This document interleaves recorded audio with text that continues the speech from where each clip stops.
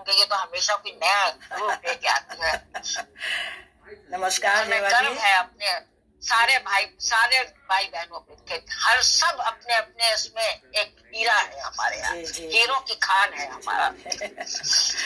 आइए सावित्री। बहुत बहुत धन्यवाद देवा जी आमंत्रित करने का। अभी तो बहुत ही अच्छा संगीत का माहौल चल रहा था और उस पर भी मधुशाला चल रही थी, तो मैंने सोचा कि थोड़ा सा इससे हटकर हम बात करें। तो मैं लाई हूँ जरूर आज जरूर। अपने विचार प्रकट करना चाहती हूँ। मौन। मौन अर्थात वाणी को पूर्ण विराम देना। कहते हैं एक चुप 100 को हराए, बहुत पुरानी कहावत है। खामोशी, मौन माने खामोशी ना। खामोशी या न बोलना। तो मौन का अर्थ है वाणी को पूर्ण शांति।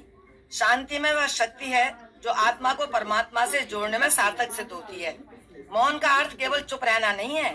मौन एक गहरी साधना है जिसके माध्यम से मनुष्य अपने भीतर की परतों को हटाकर अपने वास्तविक स्वरूप का परिचय प्राप्त करता है।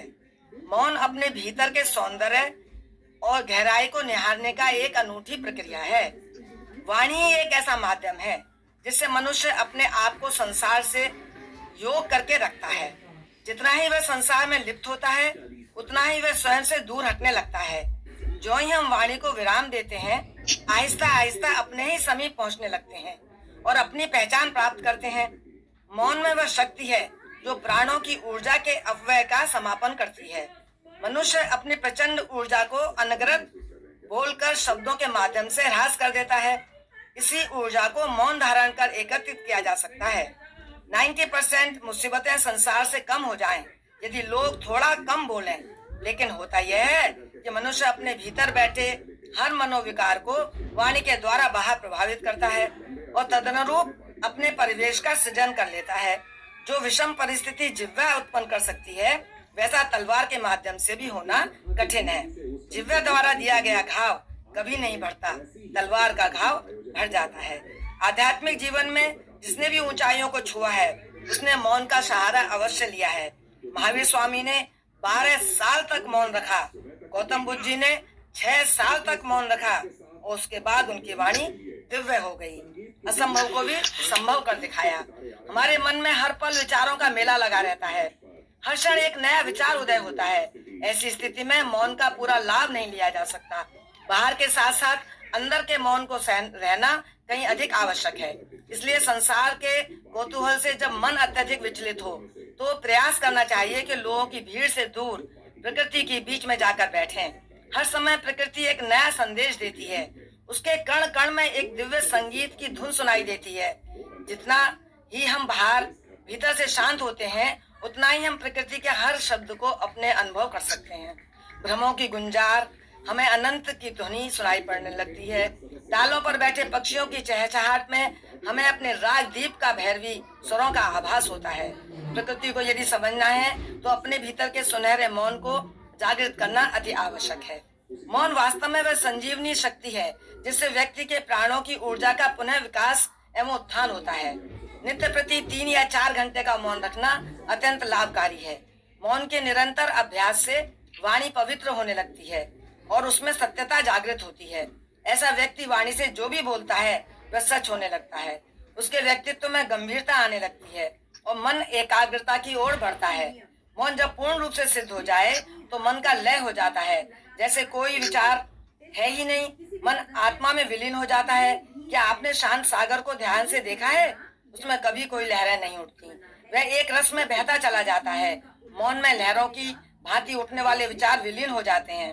व्यक्ति को एहसास होने लगता है कि मैं जो था वह केवल जड़ की अनुभूति थी, अब मैं एक चेतन का आभास करने जा रहा हूँ। परिपूर्ण मौन शक्ति शांति के जल में मन को आहुति की तरह है। मौन शांति का संदेश है। वह स्वयं को ईश्वर से जुड़ने का सबसे सरल उपाय है। इसलिए जहाँ भी आप हैं, जो भी आप कार्य करते हैं, प्रयास कीजिए कि अपने व्यस्त दिनचर्या में से कुछ क्षण निकालकर संकल्पबद्ध होकर मौन साधना में उतारकर परम शांति का अनुभव करें। यह एक श्रेष्ठ तप है जो हमारे ऋषि मुनियों की अमूल्य धरोहर है। मौनी मावस का व्रत रखा जाता है। हमारी महिलाएं बहुत उत्तर प्रदेश में रखती हैं। उसका एक मत यही उद्देश्य था।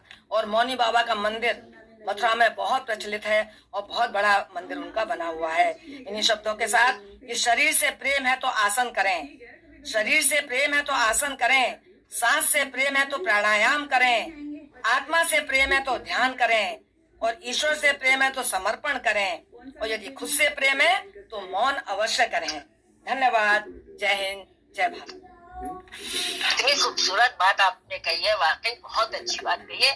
और मौन रखना, हम लोगों की तो हालत यह है कि बोलते इतना है कि जब हम भगवान से बात करते हैं, जब या नमाज पढ़ते हैं या पूजा करते हैं, तब भी हम कुछ ना कुछ सोचते हैं। बिल्कुल ठीक है, बिल्कुल ठीक है। सबका, लेकिन कम से कम प्लीज आप लोग सबसे रिक्वेस्ट है कि यहाँ आके मौन व्रत रखें। हम इतनी देर के लिए मौन व्रत रखें, पर यहाँ आईसीसी में नहीं, यहाँ तो आप जबरदस्ती म्यूट कर देती है।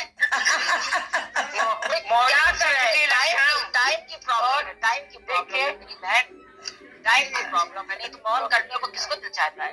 घर में चुप रहना ही पड़ता है। अभी चलो, अभी सागर जी के पास सुमित जी आइए, जरा सा ये मौन तोड़ दीजिए हमारा, उसके बाद सत्याना मार तैयार है। जी सवित्री जी, अमिताभ जी के मौन ने कितना बवाला मचा दिया कि मौन धारण के बोलते ही नहीं है। अरे मौन जो है वो जुबान बोलती है ना, दिल थोड़ी बोलता है, दिल तो चलता रहता है। चलिए जी, सुमित आइए और सुमित के बाद जी सुभाषिनी जी, मैं आपको कल के लिए